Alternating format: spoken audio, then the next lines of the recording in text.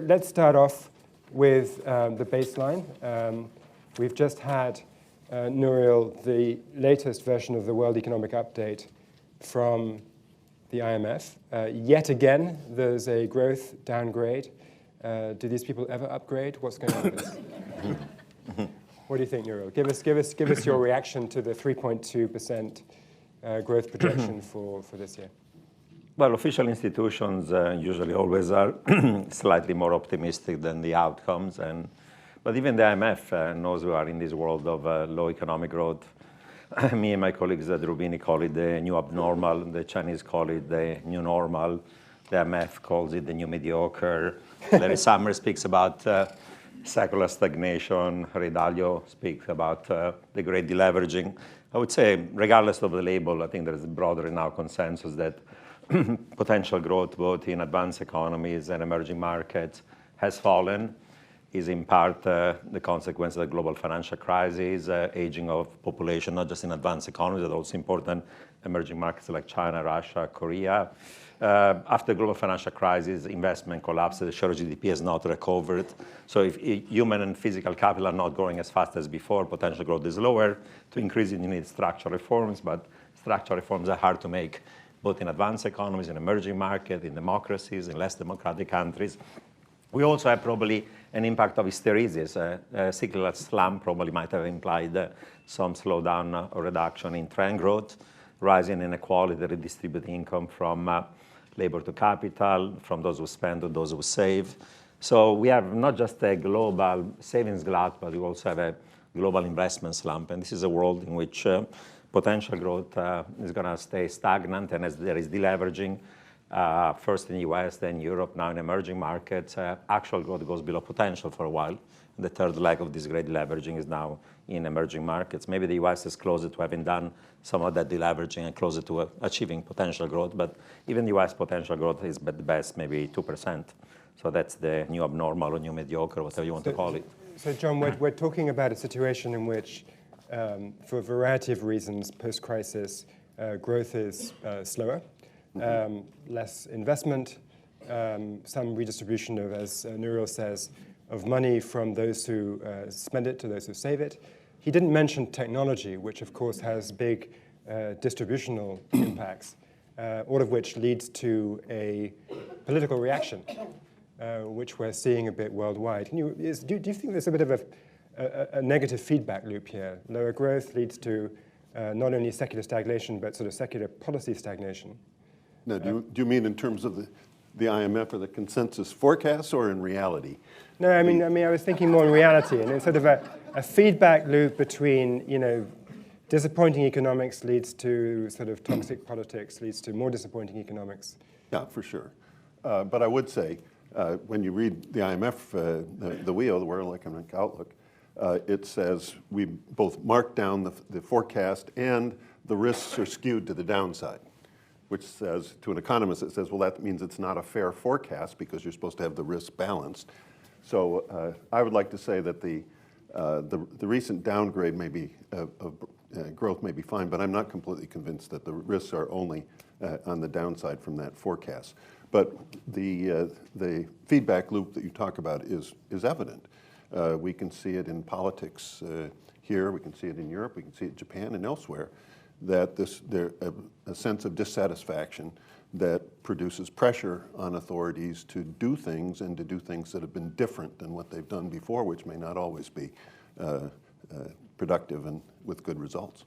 So, Willem, people in this post-2008 negative equilibrium have turned most aggressively to central banks. You know a lot about central banks. Their latest iteration of this kind of rabbit out of the hat was to experiment with negative interest rates. That didn't go so well in Japan. Talk a bit about that, whether negative interest rates can be salvaged as a policy tool, and if not, what next? In principle, negative interest rates are a totally conventional instrument, right? It simply means lower interest rates than when they were positive, and cutting interest rate on the whole tends to stimulate demand. But it is in positive ranges or negative ranges. The two conditions it doesn't. That's either the policy rate cut or monetary policy action in general has no effect on asset prices and yields, in a sort of textbook that's horizontal LM, liquidity trap, right? Or, yes, we move asset prices and yields with the policy, but there's no transmission to the real economy. And I think we're very close to that. And the main reason for that is the excessive leverage that every country in the world except North Korea is suffering from. And probably they as well, but yeah. Yes. So there's a special handicap to negative rates, that is that they can't become very negative because there's the zero lower bound, right? The carry cost of currency, basically of cash, means that you can't really, without arm twisting and moral suasion, put the policy rate much below minus 50 basis points, 0.5%. They're getting close to that. I don't think that the fact that the day after Japan cut its rates, the yen appreciated means that there is something perverse about changing rates. Many other things happened, and this was not a ceteris paribus sort of clean experiment of an unexpected cut in rates. So I have some hope. Rate going negative, I think, in this environment does very little, right? It probably doesn't do, on balance, any harm, but certainly it doesn't stimulate aggregate demand. But let me push on that. So, I mean, surely on the banks, it did do some harm. Bank profits got squeezed, isn't that right? No, banks live not of the level of rates, they live of spreads. And so if the rates can be negative, but the yield curve is upward sloping, banks are happy. The one problem was that banks have so far, largely for cultural reasons, viewed passing on their negative deposit rates to the central bank to retail depositors and other non-wholesale source of funders as a taboo, right? Well, that's their choice, right? I think there is, again, a limit to what you can do that. Technically, the effective lower bound is either minus the carry cost of currency by banks or minus the carry cost of currency for households, plus the minimum margin between the bank deposit rate at the central bank and what they pay their depositors. So I don't think you can get much without arm twisting below minus 75. But I think there's hope that a few years from now, for the next crisis, when we hopefully have less leverage and we need to use monetary policy again, because we'll be at the zero lower bound on and off for years, possibly decades to come, right? I don't think that the risk-free real interest rate that balances full employment, saving, and investment is going to be positive for the foreseeable future. And that means that in any downturn, you're going to be against the zero lower bound again. You really want to go to -2, -3. And with a bit of luck, 3 years from now, 5 years from now, the large denomination dollar bill will be $10, right? Which increases the carry cost of currency. Getting rid of cash is one obvious way to eliminate the zero lower bound. The ECB is leading the way for unrelated reasons by having done away with the 500 euro note, right? Which is one of the tax evaders' dreams, of course. The Swiss, they're still waiting to get rid of the 1,000 franc note. But, so you think the largest American currency note should be $10? 50 yes. Shouldn't be allowed, 20 no. Absolutely, yes. This is for those who so the sheer threat of holding sweaty paper. For the convenience of central bankers. Yes. I think. So central banks can set the negative interest rate as far as possible. And also, of course, whenever I say this, I get hate mail from libertarians, like you wouldn't believe, to penalize the criminal fraternity, tax evasion, money laundering, terrorism financing and all that, which is a cash-based business. And, but of course, the libertarian says that the citizen needs anonymity given by cash as a defense against the predatory and encroaching state. So Willem is saying that the only thing that's stopping us from this negative rate working a bit better is if we could just get our acts together and abolish cash and break this taboo about... Well, even before you abolish cash and eventually get there with digital money, I think that you have to prevent banks from switching from excess reserves into cash. And I was just in Europe these past 10 days and I spoke with one of the central banks in one of the countries has negative interest rates, and I say, you have this limit, and I say, well, we could pass a law or regulation that prevents the banks from switching from excess reserves into cash. That's feasible, right? You tell them you can have only as much cash as you need for your own transaction. If your customer, tough luck, the rest of it is held as excess reserve digitally. Yeah, doesn't mean you can't take it out and pass it on. You have to, it's not just, you have to not stop them from holding it, right? You have to stop them from acting as an intermediary between a non-bank guy who is not affected by this, and the central bank itself. Okay, can I just But the Swiss stop for a has second? completely Let's just- ineffective. well, Nothing actually, I want a esoteric show of here. hands here. Hands up who think it's plausible that in the next 5 years we will either limit Not in the cash- US, not in the US. In Sweden they will do it. Yeah. Right? So what about Sweden? In Sweden, the ratio of cash to GDP, annual GDP, 2.5%. Last time I checked, Sweden was not systemic. Yeah, but, No, but they set the trend. No, the broader question, They set the the broader trend. question, of course, is what you do if you're going to hit regularly the zero bound in the next recession or financial crisis. You have only a few options. Either you go with the quantity of money, QE 1, 3 to infinity, or you go negative with the price of money, more negative interest helicopter rates. money. Or the variant of QE is just helicopter and so on. Or third option is you change your inflation target from 2 to 4 or higher so you don't hit it. Or if you believe the BS, you give up on the 2% because the 0% is the new normal for the inflation target. You have to choose among, and each one of these 4 options, I would say, has its own problems. But that would solve But it. we're going to hit those zero bound over and over again in the future, right? And that's the dilemma that all central banks are going to face for Let's see if the I next can- few years. Let's see if I can conclude. So, despite all these considerations, right now it seems to be a consensus that negative rates aren't having that big an effect, Absolutely. nor are there likely to be much change in the near term. No monetary policy in general. QE has very limited effects. Further rate cuts, either from positive to less positive or from negative to more negative. All right. No, monetary Well, you know, policy- no monetary effect. I mean, I policy spoke is with out a of the central room. banker in a country that's gone very negative, and they said, well, what do you mean it has no effect? Our entire yield curve has flattened in 20, 30, 40 years, 80 basis points down.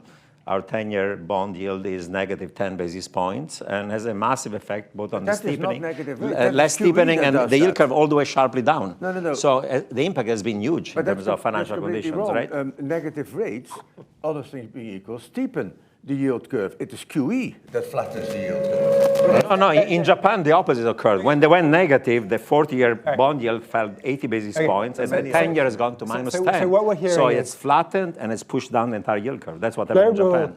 Global monetary policy is obviously in a bit of a fix, and in order to get out of this fix, we have to contemplate pretty amusing and radical things. So I want to throw out another radical one, and I want you to answer this. Okay, with I don't want to sort of blanket like global sort of it doesn't work story.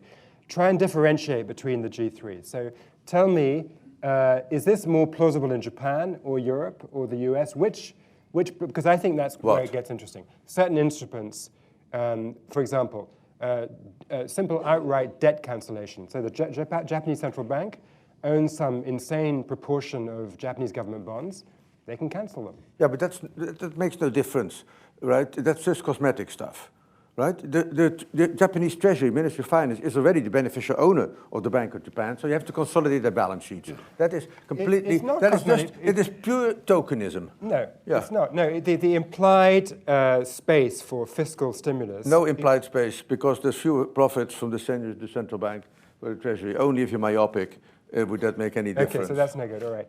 So Well, I would argue that the main difference between QE and helicopter drop is that one is supposed to be temporary. You run up the balance sheet, you buy the bonds, and you're supposed to sell them. And the other one, you have it permanent.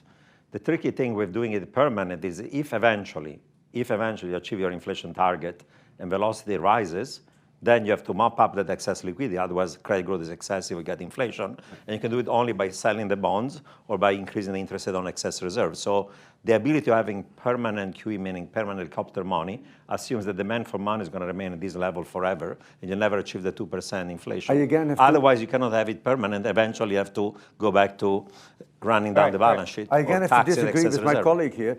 Helicopter money, it's not that it's permanent or temporary.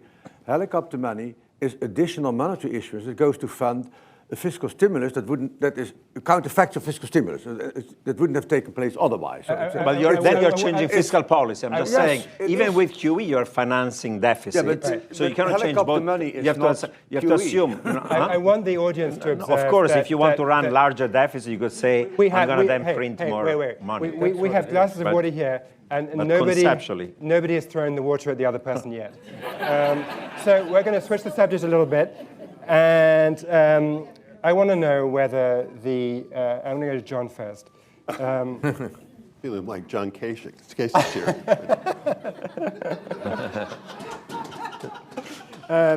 So emerging markets were everybody's big concern back in January or earlier.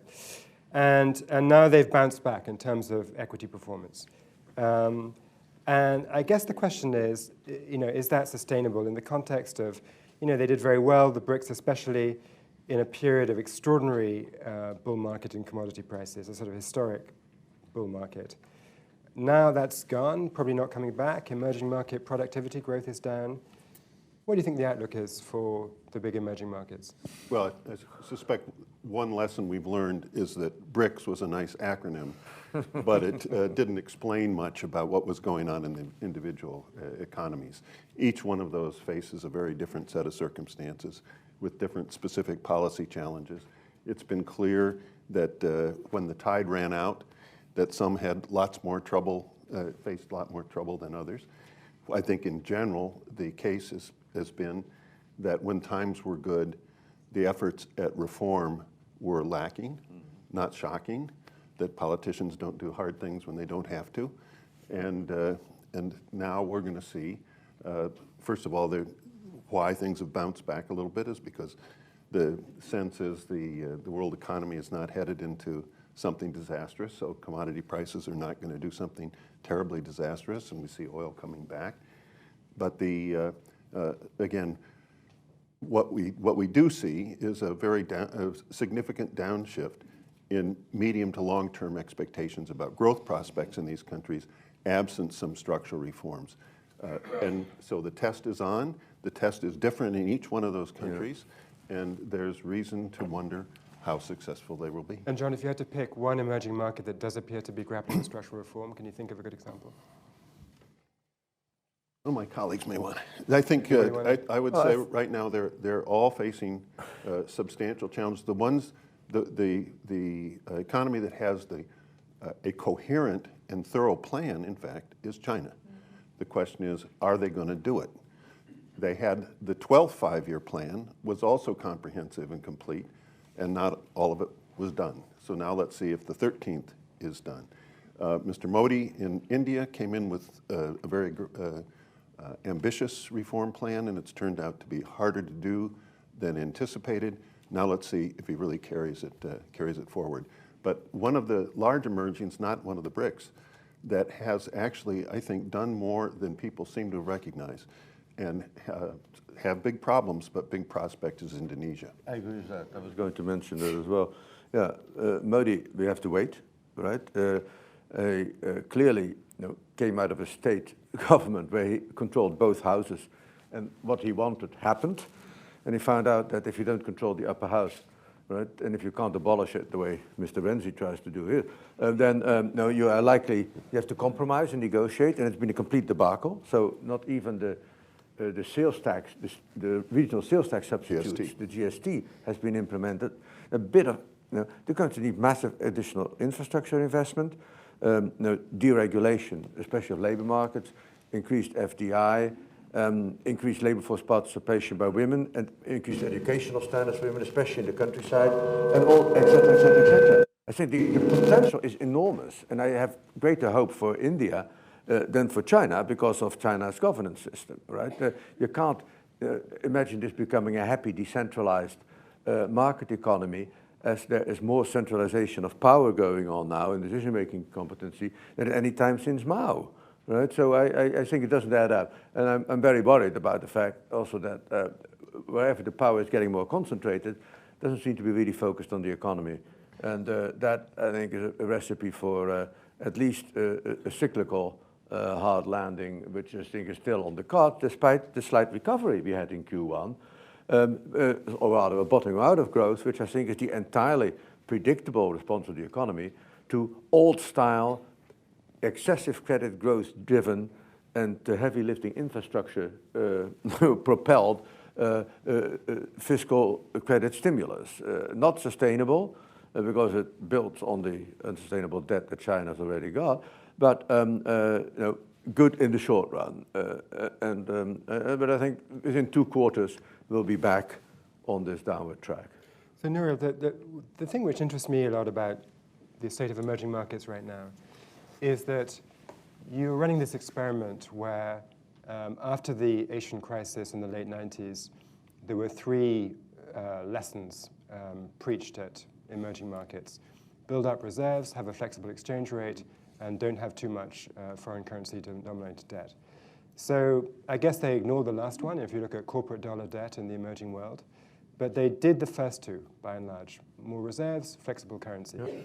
Do you think, obviously, when you go through a crunch like Brazil, for example, has gone through recently, it feels horrific. But do you think when we look back at this in a couple of years' time, we'll feel as though this experiment worked, that the lessons were absorbed, applied, and then emerging markets came through way better than they would have done in previous cycles? Yeah, I mean, with the caveat you made at the beginning, the third leg of the great global deleveraging was in emerging markets that went on a borrowing binge when money was cheap, QE, zero rates, and was going to emerging market and commodity prices were high, and China was growing 10%, and now there's going to be a painful deleveraging. But I would say compared to the past, with exception, of course, there are some cases in which a credit event could occur, say Venezuela, Ukraine, and so on. But we have not had the kind of sudden stop of capital, financial crisis, banking crisis, sovereign debt crisis that you saw in previous generation of emerging market crises. And I would say after those crises, of course, there were some economic reforms, structural and also macro, and better banks. But having exchange rate flexibility and having the buffer of reserves also has helped. And therefore, we've not seen the kind of crisis, with some exception, we've seen in the past, in spite of a build-up of a significant amount of debt. And by the way, not all of that debt, of course, is in foreign currency. A lot of it now is in local currency, and some of it is a longer term rather than shorter term. So the kind of liquidity runs and currency liquidity mismatches are not as severe as they were in the 90s, for example. Yeah, I think the lesson, don't defend the indefensible, right? The fixed exchange rate has really been learned well. I think the greatest example of that is actually Russia. Okay, it's a supply-side economic disaster, but they did everything right on the monetary, fiscal, and exchange rate front, because Russia was not just hit by a single whammy, the oil price going from 120 to whatever it was, 27.5 in a year and a half, but they got hit by a double whammy with the sanctions as well. So they should have done minus 10%, right? Instead, what they do, they took it on the exchange rate, but they made sure that they were not going to have a complete collapse of the exchange rate, which would have started possibly inflation spiral, undermine political support for the government and all that. So they raised rates to put a floor under the exchange rate. And then when the exchange rate stabilized, they lowered rates again. Fiscal policy was roughly neutral. I think it was really, they should give lessons to the Eurozone guys and the Japanese on how to manage macroeconomically. I mean, even a case, just right. Even a case was more messy, like Brazil, where there was not the fiscal adjustment and everything's political and otherwise messy. The risk of a sudden stop of capital is limited. They have the reserves. They use the exchange rate as an absorbing mechanism. And therefore, even in this situation, it's very difficult. I don't think you'll have a run on the banks or run on the government or anything like a capital account crisis. It's highly unlikely. All this is true and all this is good, but you wouldn't want to miss another big point, right? Which is, with regard to structural reform in these economies, what they've shown is with good short-term macro policies, they can run, but they can't hide. In the end, if they can't produce total factor productivity gains, then they're not going to get where they would like to go. So Brazil, with the current supply side, right? They have a potential output growth rate of tops 2%, right? These guys used to do 4 and 5, right? No, they need to open up the economy, which is, I think, the most closed economy, again, after North Korea, way more close to trade because of outright protectionism than than almost in any other South American economy. They need from the labor market, the credit market, they have a dual credit market system, Chinese style. The lucky few not that few, actually the lucky ones borrow from the state-owned bank and from the development bank, BNDES, and the rest borrows at twice what the fair rate would be as a result of that, and puts themselves in horrendous debt situation. So it's a deeply distorted economy. But again, there's good news here. It looks as though at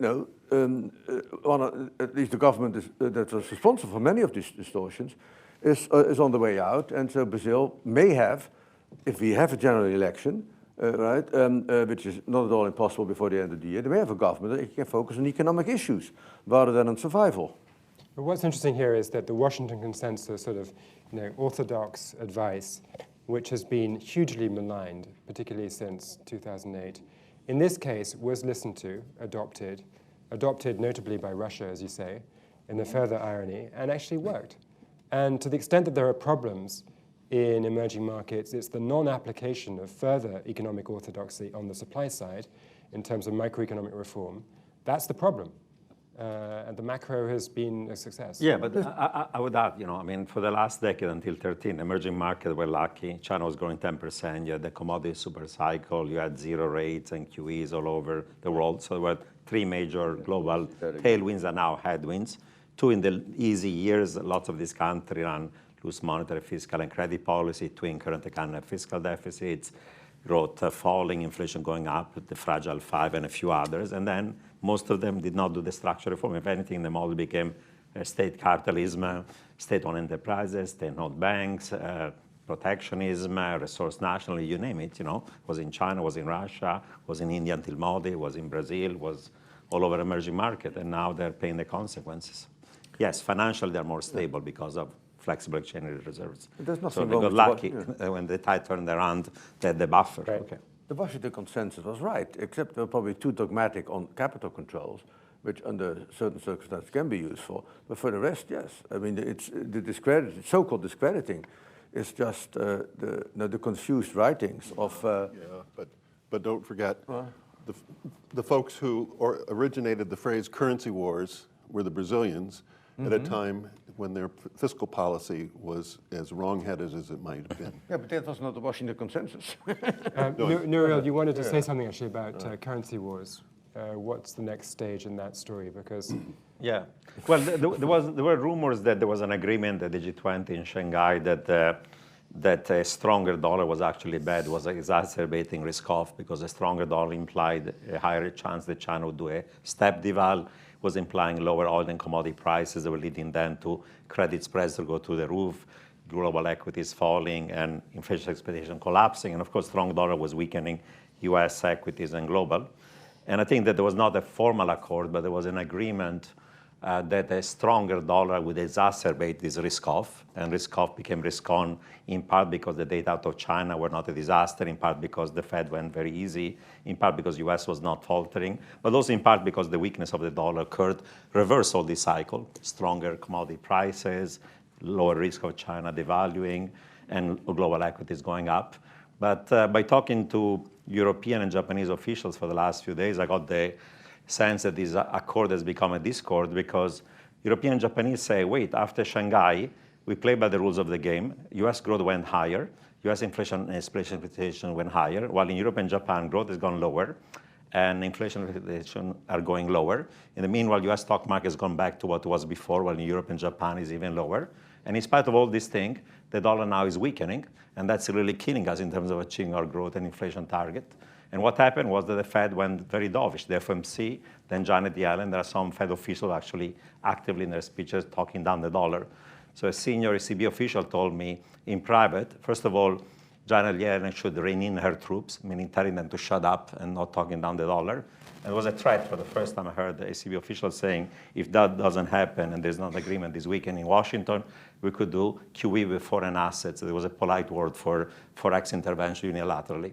And if the ECB thinks this way, BOJ, where the yen has gone up even stronger and where growth and inflation are even worse, is even more upset about it. So I don't think it's going to happen, but I'd say that if the dollar were to keep on weakening and euro and yen keep appreciating, apart from unconventional policy, BOJ doing more negative policy rates in April, they may not have the time to wait until the end of April. They might have to act earlier because this is becoming a serious issue. So the agreement has become a massive disagreement. Now, if you ask the Americans about it, they tell you, wait a moment, the strong dollar was causing risk off, so European Japanese should be happy that now we are in risk on.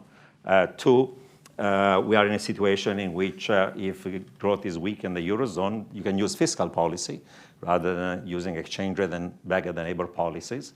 And 3, Germany is running 8% of GDP current account surplus. They can raise wages, they can cut taxes, they can do lots of things. And the Eurozone overall is having also a surplus. So I think there's a conflict on currency right now. There's a conflict on monetary policy. There's also a conflict on fiscal policy. Within the G7, some people hope that there'll be an agreement on more loose fiscal policy in exchange for less monetary. Germany is against it, and the UK is against it. So like at the G20, we're not going to get an agreement that resolve this tension by doing more fiscal. So I think this is a sense in which things are difficult right now. There never was a Shanghai Accord, not even an implicit understanding. Each nation has since then and before then done exactly what they wanted for the perceived national interest. No attempt at coordination or desisting. It hasn't always worked out the way they hoped. The Japanese certainly didn't expect that after cutting rates, right, the day after the currency would appreciate. And this reversal of the normal laws of economics, which actually is not quite as crazy if you look at what else changed at the time, but it is not saying that people were pursuing this. The Fed did not talk more dovishly, right, than they did in February and since, than they did in December. Because the Fed has become extremely dovish by any standard. And they went from a dot plot of 4 hikes to 2. The FOMC was dovish. Janet Yellen in her speech was even more dovish, and some Fed officials are even more so. I agree. They are very dovish, but it is for domestic reasons. Because it's not just domestic. Janet spoke about international factors. The view was a stronger dollar was causing risk off. This is not a real we should have a stronger dollar. I think this is not... There was an agreement that was no tacit agreement on preventing further dollar appreciation. The problem has gone all the way the other direction, and European and Japanese are pissed off about it. But whether there was an agreement and or they're not, saying so. What's interesting is that now there is, if it's true that there is a discord. And there will be further cuts, rate cuts in the euro area. There will be further rate cuts in Japan. And the Fed was in its hands as long as the American economy shows sign of the kind of weakness that we had in this first quarter. John. Well, first of all, Sebastian, you're getting ready to moderate a Republican debate. William and I are good friends. We're colleagues at Yale. We're all good friends. William hired me, so I'm ever grateful. Oh, now we have the backstory. It's all about some... No, but I just want to say... academic disputes are so vicious because the stakes are so low. Right. The idea that international policy agreements or cooperation is like a football huddle, American football huddle, in which you're gonna go down and cut left and you're gonna fake right, and it's not gonna happen. It's never gonna happen, except in the most exceptional and emergency situations, like in 2008. Instead, the idea, which was created remember, the principal institutional response to the global financial crisis was the creation of the G20 at the leaders level. And in September 2009 at Pittsburgh, promoted mainly by the Americans, the creation of the so-called Framework for Strong, Sustainable, and Balanced Growth, which created a framework working group that has produced detailed plans for policy consistency and cooperation. That the idea is that exactly we should be following macro policies that seem mutually consistent and supportive of global stability. At the technical level, this is happening. And in fact, in Melbourne at the last G20, as in every G20 Leaders Summit, there's an adoption of an action plan of things that are being done. My guess is none of you have read the Melbourne Action Plan, may not have ever heard of the Melbourne Action Plan. There's going to be a Chinese action plan. My God. Yes, but agreed by the G20. The problem is, at the political level, you haven't heard any commitment to a process of making macro policies and structural policies mutually consistent. And that has robbed confidence and led to these kinds of unrealistic expectation that somehow that cooperation is going to evolve. Next Thursday you do this, and then Friday I'm going to do that, and then next Monday I'm going to do the other. I have only seen one example since the great financial crisis started of international coordination. One act of international, of one-sided unselfishness, intelligent unselfishness, that is the Fed making the swap lines available. I think the most important act in keeping Europe alive. The only act of cooperation and coordination was the simultaneous rate cut after Lehman, right?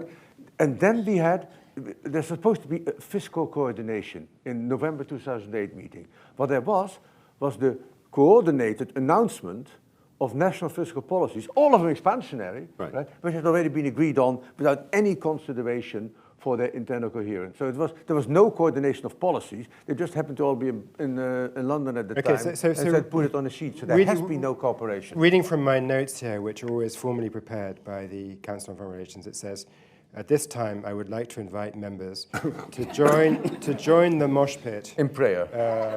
with questions. So if anyone has a question, yes, I see one right over there. Al. Remember, this is on the record. Thank you. Earl Carr, representing Momentum Advisors based in New York City, and thank you for a very lively discussion.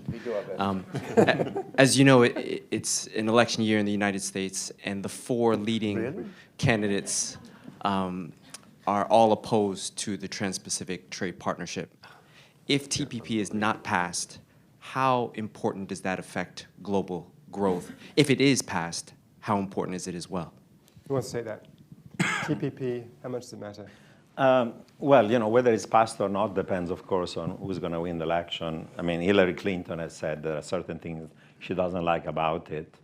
But I think that if she were to win, probably could be passed in the lame duck session between the election and the new presidency. That's the window at which you could have a chance of doing it. Mm-hmm. So I think there's still a hope that it's going to be passed. You know, usually people say that the trade agreements don't have a huge impact if you do the general equilibrium on GDP. It's a positive, but it's modest. Also, by the way, winners and losers, you have to make sure that you compensate the losers, because otherwise you have a backlash. And I see the Brexit risk in part driven by those who are losers from trade and globalization, saying enough of Europe and blaming it on Europe. So you have to think about those questions. But I would say that TPP has also a geopolitical dimension. You know, without TPP, the pivot of the United States towards Asia is empty. There is a rising China, and the U.S. wants, if not contain it, to make sure that it doesn't become too aggressive. I would say that the right solution eventually will be TPP is passed, China joins TPP, and the U.S. joins the AIIB. And we have a greater amount of both trade, investment, and so on around the world, and I hope that that's going to happen. Whether it's going to happen or not, it's going to take time. Well, I would like to say the following. First of all, TPP is at best a second best, and TTIP actually I think is probably more important from the U.S. point of view, even though it's taken most people don't even know about it or think about it. But the big picture here is we seem to have abandoned multilateral trade negotiations. We abandoned Doha, and I suspect it's not the only cause. But as you've all heard in the last few years, since the crisis, global trade has grown at a pace slower than the global economy. And I think the fact that there has not been a multilateral trade agreement for the last 20 years or so is not irrelevant for this gradual slowdown in the growth of world trade that was associated with better global and better balanced global growth. So I find the current political debate on trade policy at best disappointing and at worst disconcerting and a little bit terrifying, because if the United States is going to decide that we're against new progress on trade liberalization, then I would think we got running more risks. I want to bring Willem in on this one because he's a reliable contrarian. But so here's what I'm going to invite you to comment on. So Nouriel rightly points out that the effects on growth of TPP are positive but small in the models, and that there's a distributional consequence, and you should deal with that. But we've run that experiment, and the political system is very bad at dealing with the distributional consequences. So you then get negative political results from these trade agreements.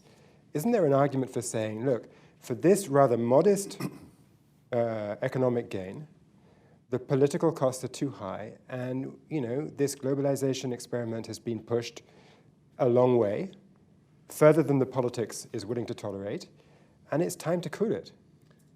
No, not at all. I would like to see a TWP, a Trans World Partnership, right, rather than a TPP. Yeah. But this is the best we can have in this, I think, increasingly deglobalizing world. It's not just true in the trade field. the welcome extended to immigrants everywhere is also getting increasingly warm, as we, both in Europe and America. So it really is, I think we are at risk of giving up all the gains from globalization, which have been massive. And the reason is, of course, that one of the reasons is, there are other reasons, but that we have no internal mechanisms for compensating the losers. And the US is especially poorly placed there. At least in Europe, there is a tradition of an actively distributive state, right? In America, that is much less developed. So I think that in terms of the ability to ultimately get rid of the populist, nativist, nationalist, regionalist, localist, eruptions in the West, I think that Europe probably has a better chance than America, because there is an internal redistributive ethic that does not exist in this country. So I'm quite worried about the ability of the US to do anything else than say, well, shucks, tough luck, Detroit. So the paradox is the more you reduce boundaries between states, the more you have to empower states. Well, but yeah. Sebastian, Yeah.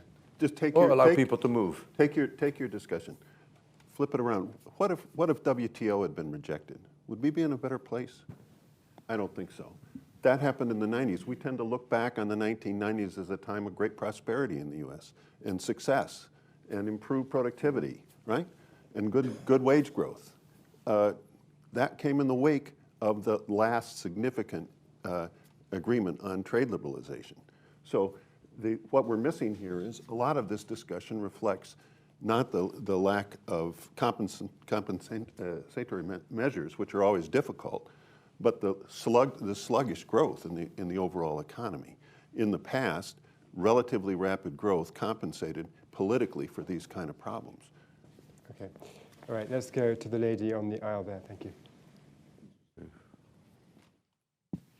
Lyra Hughes-Hale from Chicago. This Sunday, OPEC is meeting. Freeze, no freeze. Why haven't lower oil prices been more stimulative? What do you expect to happen going forward? We'll say that. Well, first, I expect that the meeting this weekend will be like all the weekends before it. Nothing will happen because it is basically not in anybody's interest to do it. It's a position to impose a solution to do anything. Saudi is key here, and they have changed their view on peak oil from peak supply to peak demand, right? And they feel themselves at risk of being stuck with a stranded asset, and they rather pump and sell it at 30 than keep it in the ground and sell it at 0 10 years from now. So I think it's not going to happen. Why there hasn't been more of a lift? Well, first instance, right? Look at consumption. An oil price decline, like an oil price increase, is purely redistributive. So there should be neither. If the losers spend the same as the winners, there should be no net effect. Now, I think clearly, even on the consumption side, if the decline in this case is totally unexpected, as it was, right? If anybody told me in June 2014, in January 2016, you're going to sell oil at $27 a barrel, I said, come on, pull the other one, right? But so totally unexpected, large, and very disruptive, right? So clearly, I would say the losers have probably cut back their spending more than the winners. But there is the investment dimension, and there, of course, the asymmetry is even greater. In the U.S., the oil sector is the latent lamented oil sector. And so CapEx is gone. Now, 97% of US GDP is produced by sectors that use oil and gas as an input. So they should benefit from this. But I think they want to see that this price decline is permanent and that the recovery to 40-ish that we're seeing is not the beginning of a crawl back up the hill. I don't think it will be. I myself think that between Iran, Libya, and the interest of the Gulf states in keeping it up, keeping the spending up, and the total lack of interest, I think, in Russia in any fundamental agreement, we're not going to see any serious recovery in oil. And the benefits, I think, will become more visible as time passes and we get the very widely diffused investment benefits from the lower oil prices, as well as, I think, a normal consumption response. Let's go in the back there, lady in the white. But Mr. Rubini, I think, was going to disagree with me. No? Hi, Claire Casey, Garten Rothkopf. Start again. Sorry, Claire Casey, Garten Rothkopf. There seems to be a growing body of literature saying the reason governments are having such a hard time managing this economic situation is because actually the models are broken, and even the tools we use to measure productivity, like GDP, fail to capture large elements of our economies, particularly the digital economy. Could you comment on that and how relevant it is to this discussion? So under measurement of productivity in the tech A bit, sector. but it's not a major issue. Yeah. I mean, there's a bit of a paradox because when you go to, say, Silicon Valley, you speak to these innovators, they say, we have an innovation like we've never seen it before, you know, energy technologies, biotechnology, information technologies, manufacturing technologies, robotic automation, AI, 3D printing, personalized computing, whatever, even financial, fintech technologies, defense technology. So they say, we're on the verge of innovation are going to change the world for the better. In the macro data, you don't see it. So I would say there are several interpretations. One is the Bob Gordon view that says all these things are gimmicks, all these apps we use make life a bit easier, but compared to the major revolution occurred in the past, these are not significant. Second explanation, I think, is there is a lag even during the first internet revolution, only when this app went from B2B to B2C, and eventually from the tech sector spread to the economy. You saw the increase in productivity. The third explanation might be that we're mismeasuring it. Probably there is some mismeasurement, but you'll have to argue that the mismeasurement was also in the past has gotten worse than it was before to argue that this is a significant factor. So the honest answer is we don't know. There is a bit. You can give an example of the fact that quality improvements in services are especially hard to measure. So hedonic price indices, which you use in principle, right, are terrible. And then on top of that, of course, every advanced country in the world has cut back on its spending on the statistical services. So the quality of the data, they're not deliberately doctored, don't get me wrong, but they're just poor quality because you get what you pay for. Now, an example is if you look at the price indices for software, for packaged, standardized software, there they do quality adjustment, hedonic indices. And they don't do it for made-to-measure software. If you simply assume that the quality improvements, right, in the made-to-measure software is the same as in the packaged software, then you add about 0.2, 0.3% to GDP growth. So that is, but it's not the end of the world, right? But it's quite interesting. For the rest, I think that the Gordon notion that the knowledge, the tree of knowledge metaphor of innovation, the low-hanging fruit has been plucked. We've done fire, we've done water, right? We've done the horse, we've done motion power, and then all we have left now is boring old, second generation IT, artificial intelligence, robotics, and bioengineering. And no, that's nothing. I think it is complete baloney. These things are so exciting. The problem is, in order to see it in the data, in any data, you have to incorporate the new innovations in people, products, processes, and capital. And we're not investing, right? Not in people or in capital. So that's why we don't see it. The business model is often to give away new tech products like search functions or any number of apps you can think of on your phone. And if you give it away, it's not in GDP. Yeah, but that's correct. The other capital bank is eventually there'll be an increase in productivity. The question is going to be then, however, that we know technology is increasingly capital intensive, skill bias, and labor saving. And we know that there has been an increase in inequality, in part driven by trade and globalization. I think technology might be actually, under some circumstances, a bigger driver of that rise in inequality. That's going to feed into this backlash against trade, globalization, even technology over time, unless we do something so that everybody benefits from it. Part of that skill bias stuff is the idea that technology favors the higher skilled and not the lower skilled. Some of them. But I thought technology did just the opposite, right? Made stupid people smart, made weak people strong.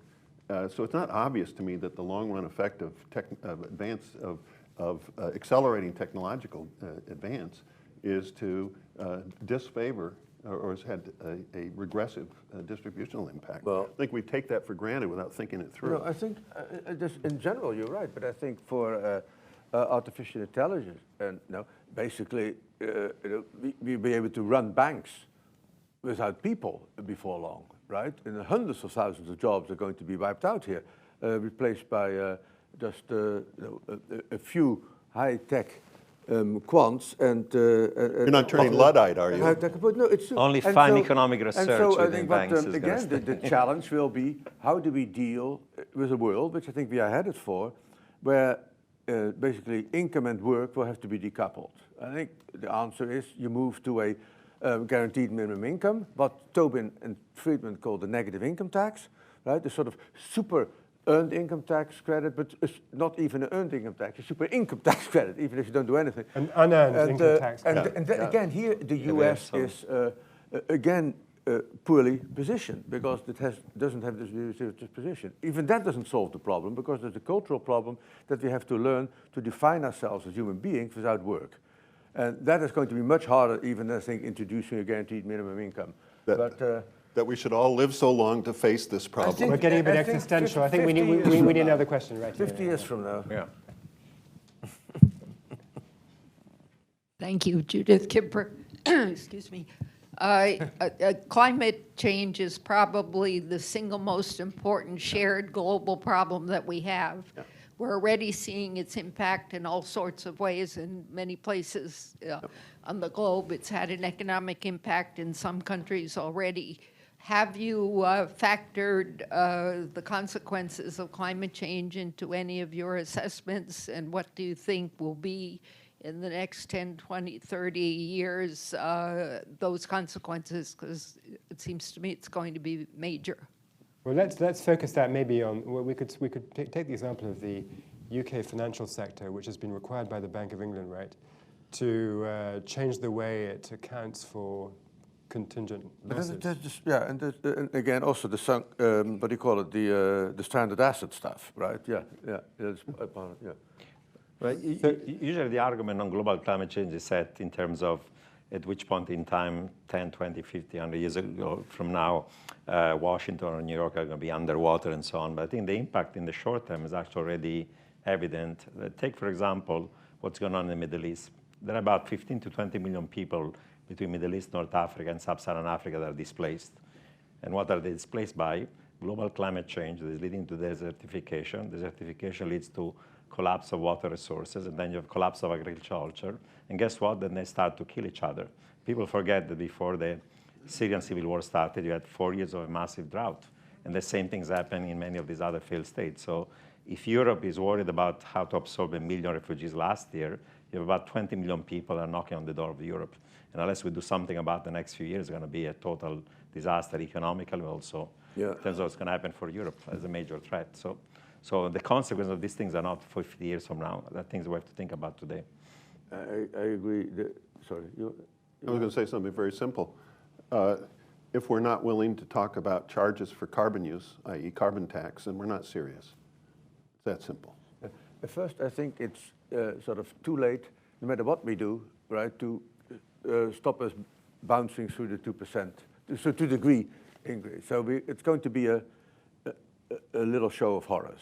And all what you can do is, of course, try to cap it as reasonably as possible by carbon taxes, most likely, and but also then sort of resist and respond. Right? You want to definitely own stock in infrastructure companies. Right? In the Netherlands, we are raising already the size of the dikes, the second Delta plan.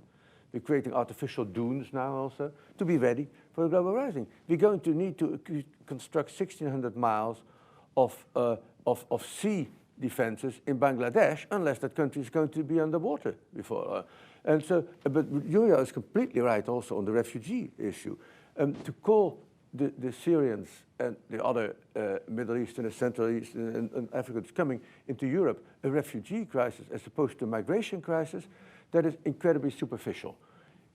yes, the wars and the civil wars in the failed states brought forward and probably speeded up the arrival. But as he says, I actually have a number of 50 million between in Africa, the Middle East, and Central Asia, of countries where there's demographics, right? An enormous number of young people. Second, climate change, and also technical change on top of that. The death, even independent of climate change, of labor-intensive agriculture in Africa, the Middle East, and Central Asia. Then, fourth, terrible governance in almost every country, right, in the region. And then two other little facts, which are also not going to go away. One, there has been enough real income growth in even these poor countries to create a sizable number of people who have just enough income to sort of pay the fare, pay the criminals to take them to Europe. And then, of course, you have the iPhones, right? And so it's incredibly easy to plan the routes and to know where the next roadblock is going to be. So Europe is going to have to face this, right? We're going to have 2 million every year for the foreseeable future. So the simple answer to your question is no. Let's take another question. Yes, Rachel. Hi. Microphone just coming behind you there. Paula. Hi, thank you. I'm Paula Stern. As Sebastian knows, usually I ask a question that I think I know the answer to, but I'm really going to take a wild one on this one. You've talked about oil, and you talked about a carbon tax. You talked about our trading system. As you know, energy, oil, has never been subject to any of the trade rules. And I am wondering if you could imagine them being subject, the trade in energy resources, being subject to the trade rules.